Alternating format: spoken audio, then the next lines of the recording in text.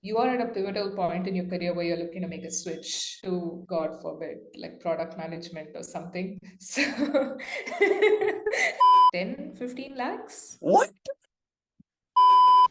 Hello, hello, hello. It's finally time for the last episode of the Valentine's month special. It was a 4-part series. 3 parts are already out on my YouTube channel. If you missed those, not to worry, it's still on my channel. You can go back and watch it. But before all of that, watch this video and make sure to hit like. Now, Priyanka, I want to understand. Now you've been married for like over 10 years, but how has dating changed? Let's take a sample person, maybe one of your clients who's now 30. I'm 26 years old. The way I dated when I was 20 may be a lot different from the way I date now. So somebody who's now 30, maybe 35, unmarried, how has dating changed for them since the time they were 20, 25, 30, 35? How does dating per se change as you grow older? So I would think that in your early 20s, 20 to 25, maybe even 26, you don't feel much pressure. You're still very much playing the field, feel comfortable playing the field. You don't get bogged down by rejections as much as someone a little older would.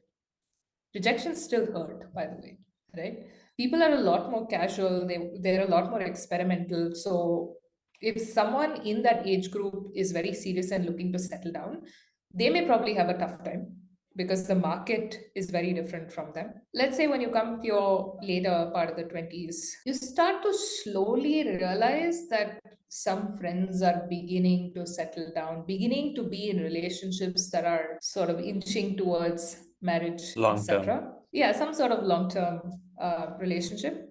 So you start slightly feeling the pressure internally. But it is also a period when people are really trying to figure out their careers and they're trying to take their careers to like a little bit of the next step. So they're also a little bit distracted.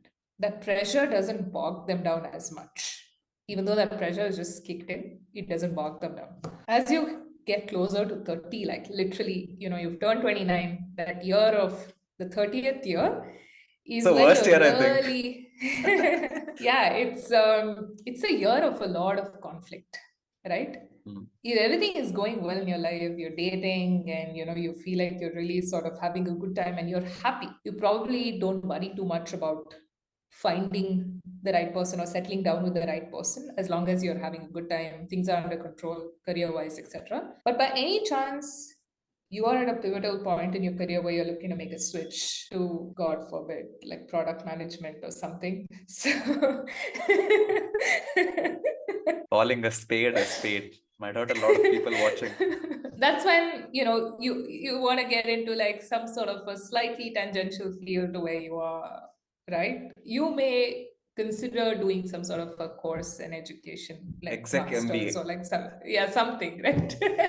That's when things start to feel a little bit more challenging because you're like, okay, so if I take that step in my career, what's going to happen to my chances of settling down? Or if I settle down now, will this person be supportive of what I'm going to do? And so that's when it feels a little bit like crazy. But if you don't have those things going on in your professional life, it's still okay. Early 30s, you're like over that point, you made peace with how things are, and you're just hoping by 35 everything gets solved. And then when you get to 35, it's still not sort of sorted. You're like, oh, fuck it. It happens, it happens. We'll see. Yeah, I mean, I think that's how love changes, or like the dating scene changes. That makes sense. I'm going to ask you a slightly offbeat question. Yeah. For a couple married Hmm. in Bangalore, both working, one kid, maybe 2 kids, how much money is enough money? Oh, wow. I actually have a Medium post on this. I should send you a link. I think it really depends on a bunch of things, whether you live in your own house, what school you send your child to. I think it depends on a lot of different factors. You can live comfortably with a single kid with anywhere like, from a lakh to 5 lakhs, like normal middle class sort of lifestyle, right? Yeah, 5 lakhs is not middle class lifestyle, but I'm 5 lakhs middle class. It's what is this? But how much money in the bank would you right. need to, be financially independent, retire early types? Got it. More like fuck you money, Yeah. where you leave your job Yeah, I Correct. think we ran an estimate, and I'll send you a link to the post and we can put it on the video. I think it came up to something like 10 to 20 crores, depending on your lifestyle and what you have in terms of real estate already. So it was somewhere like 13, 14 crores. Oh wow. Okay. The blog post I read, I mean, not yours, obviously. I think I was doing a little bit of Yeah. reading before coming into this recording. It was about 7.5 to 8 crores. You gave me exact double. Now I have to reevaluate everything. No, you said like married couple with 2 children, right? Yeah, married couple, 1 kid, 2 kids. Unless you're planning to like homeschool them for the rest of their lives. I mean, that number might change. Okay. Schools are expensive. I didn't take into account engineering or college No, or like abroad fees and all of that. no, I'm talking about normal, like regular pre-nursery fees. You're kidding me. What is this? Seriously? I'm not.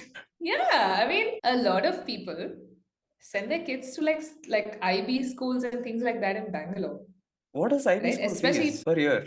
like 10, 15 lakhs. What?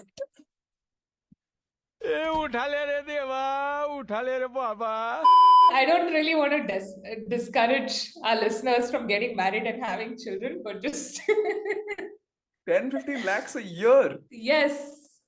My God, I'm not putting my kids to IB school.